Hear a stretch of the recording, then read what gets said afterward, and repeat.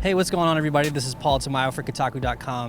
And earlier today, I got a chance to check out Outer Worlds, the latest game from Obsidian. And it's a really, really dope game, man. It's a first-person sort of adventure, obviously a shooter RPG style game where you are exploring two planets. It's not quite an open world, but there are some sort of structured areas for you to explore. And in the demo that we saw, the player or the developer, they sort of walked through certain segments where they showed off, like, the starting area where you can get weapons and meet companions, these AI companions that are, computer controlled. And what's cool about it is, much like, the Fallout series, you'll have dialogue trees along the way. So if you encounter someone who you want to interact with, it'll obviously give you some choices. And certain dialogue choices will be skill checked. If your intimidation stat is not there, you can't use it. So you have to sort of improvise or pick something else. And what's cool though is with the two companions that we got a chance to look at, Nyoka and Ellie, they both had their own sort of tactical specializations. So Nyoka, she was super dope. She was like a big game hunter, I believe. So she had like really powerful big guns and she can take out really big monsters, and that was sort of her specialization. And then we also had Ellie, who was like a medic class character.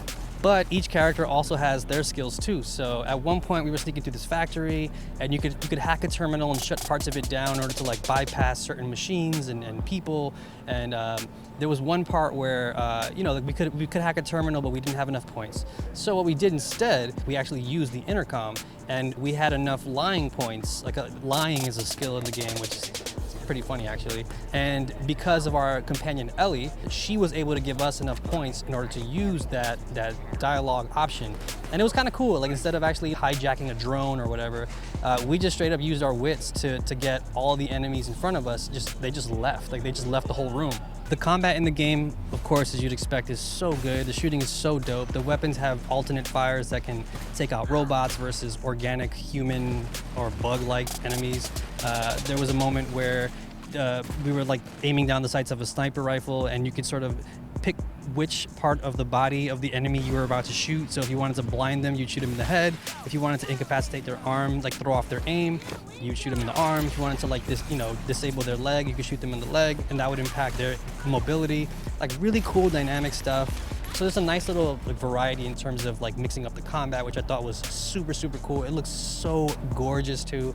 There was a moment where we were walking through this like area that had these mushroom trees, and there was like this pollen sort of flowing through the air. And in addition to that, like you would expect from like a Fallout game, we accepted a mission, and there were obviously different ways to approach that mission. So we could go in guns blazing, we could use a disguise to sneak right past everybody or walk right past everybody. You don't have to sneak. The other thing too that I found was interesting was the game has like a really dark sense of humor.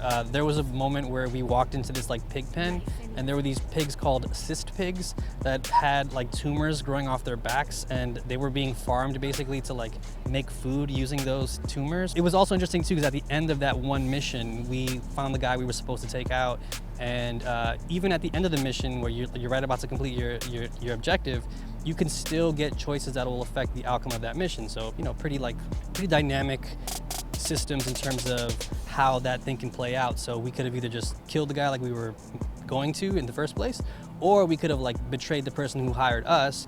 And then there was also like an opportunity there to make them like squash the beef. Like, it was really, really interesting. But yeah, the game looks so good. It comes out on October 25th. We'll also have coverage on the site as well as an interview on Kotaku Split Screen, so be sure to check that out too. But I've been Paul Tamayo for Kotaku.com. See you around.